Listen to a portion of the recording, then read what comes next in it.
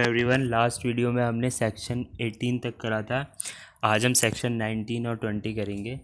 तो सेक्शन 19 है हमारा जज। द वर्ड जज denotes not only every person who is officially designated as a जज but also every person who is empowered by law to give in any legal proceeding, civil or criminal, a definitive judgment or a judgment which, if not appealed again, would be definitive, or a judgment which, if confirmed by some other authority, would be definitive, or who is one of a body of person which body of persons is empowered by law to give such a judgment।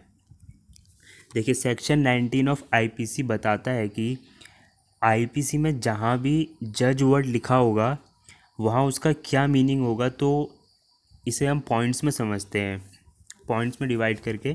तो first है वो person जो officially designated है as a जज, मतलब जिनके पद के साथ जज जुड़ा हुआ है पहले से। ओके, तो ये तो जज है ही। अब इनके अलावा और कौन कौन कहलाते हैं जज।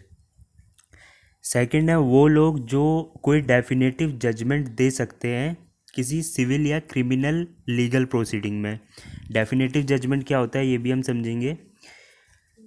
अब हमने क्या बोला, कोई भी वो लोग जो डेफिनेटिव जजमेंट दे सकते हैं किसी भी सिविल या क्रिमिनल लीगल प्रोसीडिंग में, फिर चाहे उनकी पोस्ट कुछ भी हो, या मतलब उनका पद जो भी है वो मजिस्ट्रेट हो या कलेक्टर हो, अगर वो कोई डेफिनेटिव जजमेंट दे रहे हैं तो वो जज माने जाएंगे वहाँ पर। अब डेफिनेटिव जजमेंट का मतलब क्या है। डेफिनेटिव जजमेंट मतलब वो जजमेंट जिसका फाइनल जजमेंट दे दिया जाता है, मतलब जिसका फाइनल कंक्लूजन जो है वो आ गया है और दोनों पार्टीज उस जजमेंट को मानने के लिए बाउंड है, तो उसे हम डेफिनेटिव जजमेंट कहते हैं। तो कोई भी पर्सन जो डेफिनेटिव जजमेंट दे रहा है, चाहे वो सिविल हो या लीगल क्रिमिनल हो, सिविल या क्रिमिनल लीगल प्रोसीडिंग का हो, उसको हम जज मानेंगे। थर्ड है कोई पर्सन जो ऐसा जजमेंट दे रहा है जो डेफिनेटिव नहीं है, मतलब उस जजमेंट की अपील आगे कर सकते हैं पर अपील करी नहीं गई। अगर अपील करी नहीं गई उसकी, तो वहाँ पर वो जजमेंट जो है खुद ही डेफिनेटिव मान लिया जाएगा और वो पर्सन जो है वो जिसने वो जजमेंट दिया वो जज कहलाएगा। जैसे किसी मजिस्ट्रेट ने कोई जजमेंट दी और वो जजमेंट जो है उसकी आगे अपील हो सकती है पर अपील करी नहीं गई, तो वहाँ पे वो मजिस्ट्रेट जो है वो जज कहलाएंगे।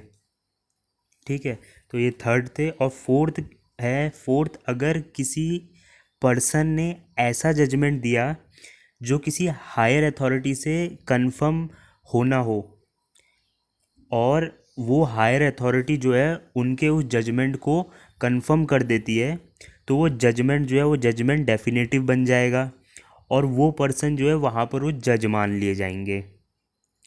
जैसे सेशन कोर्ट है, अगर सेशन कोर्ट किसी को फांसी की सज़ा यानी डेथ सेंटेंस देता है, तो जजमेंट जो है वो जो जजमेंट होगा सेशन कोर्ट का वो हायर कोर्ट से कंफर्म होना ज़रूरी होता है।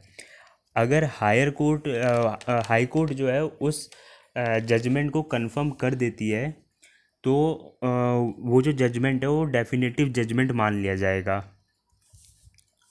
ठीक है, अब फिफ्थ कौन होते हैं। जब फिफ्थ, अगर कोई बॉडी ऑफ पर्सन है, बॉडी ऑफ पर्सन मतलब जैसे कोई डिविजनल बेंच होती हैं या फुल बेंच होती है या फिर कोई कॉन्स्टिट्यूशनल बेंच है।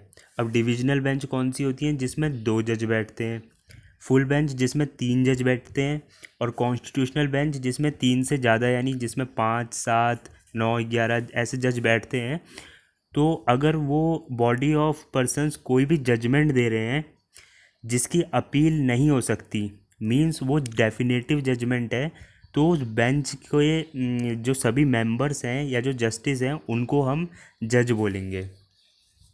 तो कौन कौन थे, कौन किन किन को बोल सकते हैं हम जज। फर्स्ट, जो पर्सन ऑफिशियली डेजिग्नेटेड है ऐसे जज। सेकंड, कोई भी वो पर्सन जो कोई डेफिनेटिव जजमेंट दे सकता है किसी भी सिविल या क्रिमिनल लीगल प्रोसीडिंग में, तो वो भी जज माने जाएंगे।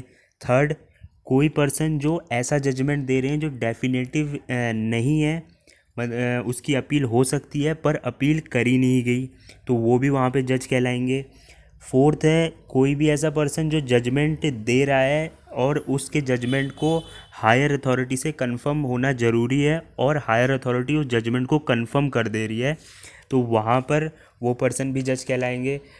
फिफ्थ है कोई बॉडी ऑफ पर्सन जो अपना जजमेंट कोई डेफिनेटिव जजमेंट दे रही है, तो वहाँ पे वो बॉडी ऑफ पर्सन्स के सारे मेंबर्स भी या जस्टिस जो हैं वो सब जज कहलाएंगे। इसके कुछ इलस्ट्रेशंस हैं वो देखते हैं हम।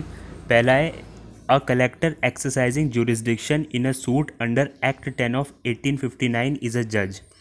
कोई कलेक्टर है जो एक्सरसाइज कर रहे हैं कोई जुरिस्डिक्शन अंडर एक्ट 10 ऑफ 1859, यानी कोई मामले को देख रहे हैं अंडर एक्ट 10 ऑफ 1859, उसमें कुछ जजमेंट दे रहे हैं, तो वो वहाँ पे जज कहलाएंगे।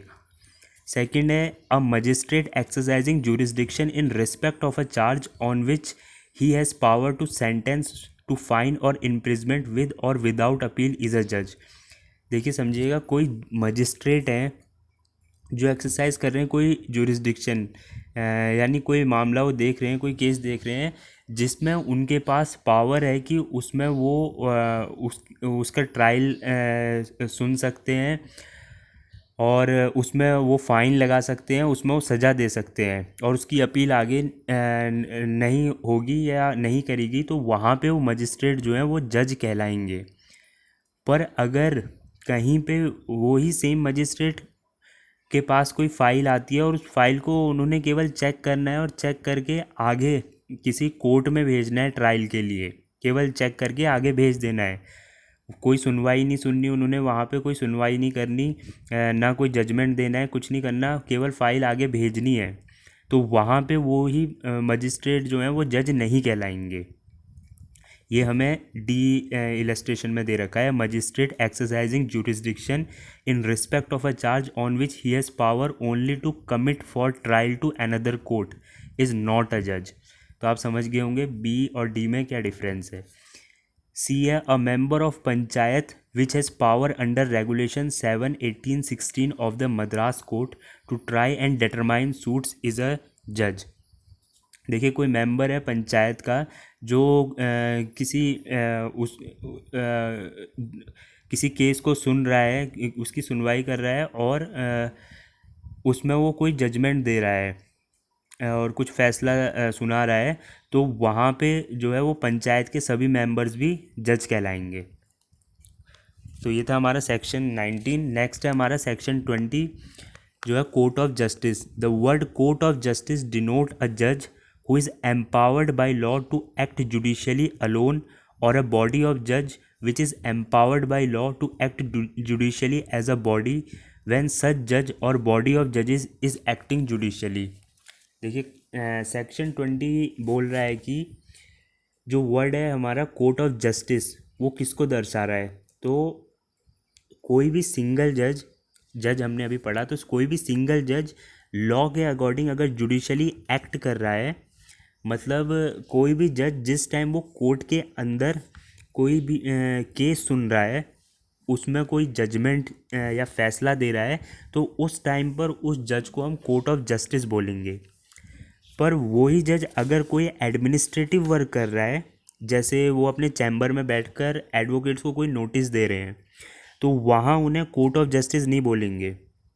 मतलब जब वो कोर्ट के अंदर बैठ के लॉ के अकॉर्डिंग कोई कुछ जुडिशली एक्ट कर रहे हैं, किसी केस को सुन रहे हैं, उसमें कुछ डिसीजन दे रहे हैं, तो वहाँ पे वो जज कहलाएंगे, वहाँ पे वो कोर्ट ऑफ जस्टिस कहलाएंगे।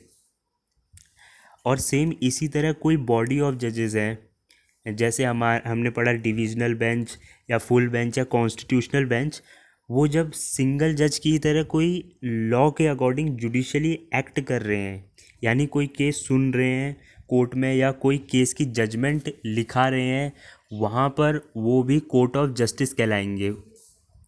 ठीक है, इसकी एक इलस्ट्रेशन है, a panchayat acting under regulation 7/1816 of the Madras court having power to try and determine suit is a court of justice. यानी कोई पंचायत है, वो कोई सुनवाई जो है उसको सुन रही है, उसमें वो कुछ निर्णय दे रही है, तो वहाँ पे जो है वो भी कोर्ट ऑफ जस्टिस कहलाएंगे उसके मेंबर्स। Okay, thank you. और अगर अच्छा लगा हो तो like share and subscribe please.